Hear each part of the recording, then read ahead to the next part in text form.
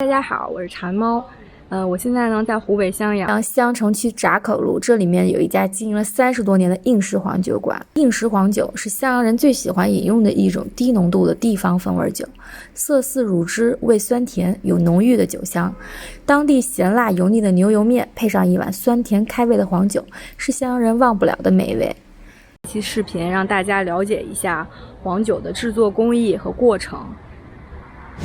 根据温度不同吧，像夏天呢就时间短一些，还是4到6个小时就是泡到用手一碾呢就成粉末啊，没有硬芯。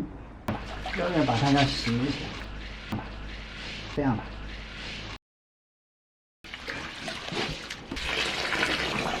干净，那个白色的浆液啊，基本上要把它冲干净。这个基本上就说是变轻了就可以了。好，这个过程中还要用清水再冲一下。咱这一盆有多少这个糯米啊？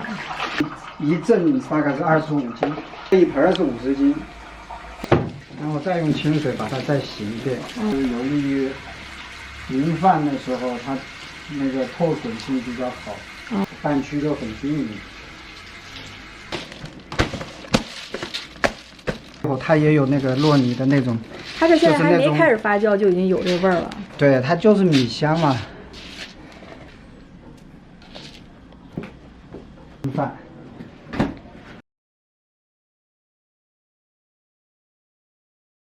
酒曲这个东西，根据你自己经验吧，把它碾碎。我师傅传下来，还他以前的一个徒弟用，这圆的都变成那种椭圆形的都，7、8、30年应该有了吧，都有沧桑感了，就更加均匀一些。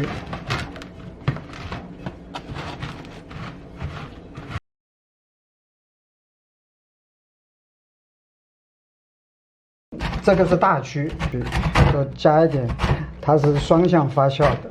这个大曲小曲的配合，它是就双向发酵。跟那个做甜酒它是不同。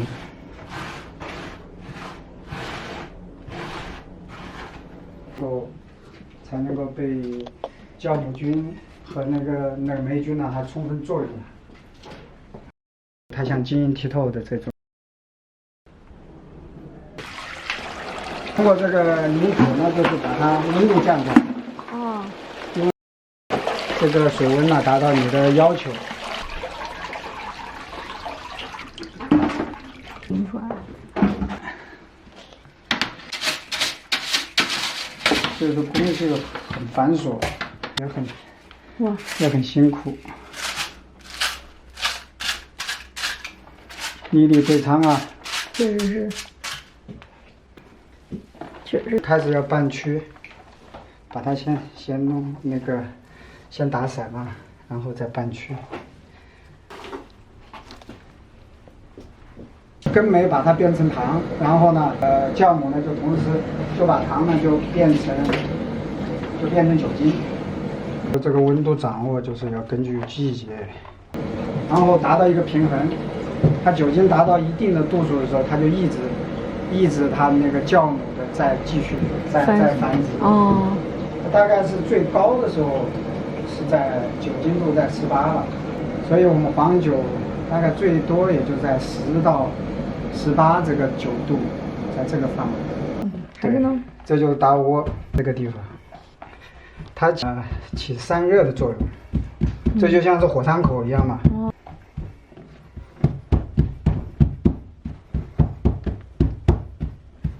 就现在你也要保温，你看这下面都有稻草的，然后这个呢就是本地的这就叫风缸，这上面再撒上一层那个酒曲，就是让它更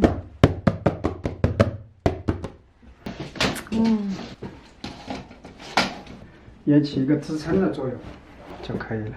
这要多长时间？这个24小时到30。你看中间还在反应，它就像火山一样，你看还在反应，还在。里边的就是那个伏尔酒，那一盆倒在里边，然后按照比例加水，很深的这个对这里面，它在发酵好了以后，就是它能够一过滤就是酒了，然后再发酵2次发酵，就成了这个酒。都早上过的，你看这它正在不便于储存，或者是说它就是在最佳状态的时候，这个时候就是最佳状态。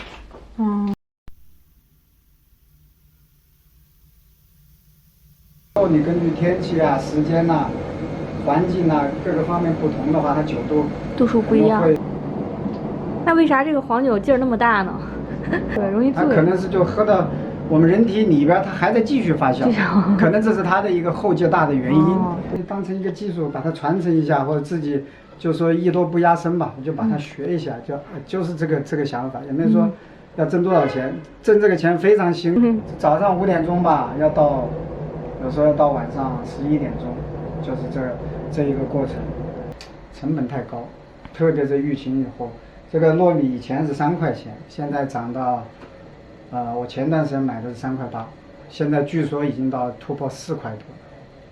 那你们这也没有涨价吗？这个黄酒？没有啊，它就是可以互补。我这个就是你要不涨价的话，真的是利润就大幅下滑，但是也没办法，但是。就这样先做着吧，对吧？所以我就说，反正也不是你技术有多高，就是凭良心做，也是为了生计，也还有一点点喜欢。他应该说是这个酒，老喝酒的他就觉得口径小，他要喝酸、涩、苦这些味道比较突出，然后呢浓度还比较高，还有酒精度。这样的酒才是应该说是才叫真正的这种黄酒。这个还是没有那么涩，这个感觉没有涩味，就是挺好喝的。对，这就是应时的状态。按说是还比较嫩。快乐的时候就是有几个朋友过来尝一尝，然后我正好那天做的又特别满意，也有自己感觉到正好，控制的正好的那种状态，酒味啊各个方面。这个时候朋友过来了，然后在一起喝一喝。然后人家给你一个正反馈吧。1碗2块钱的黄酒，比不上一杯饮料的价格，却凝聚了老板的智慧和汗水。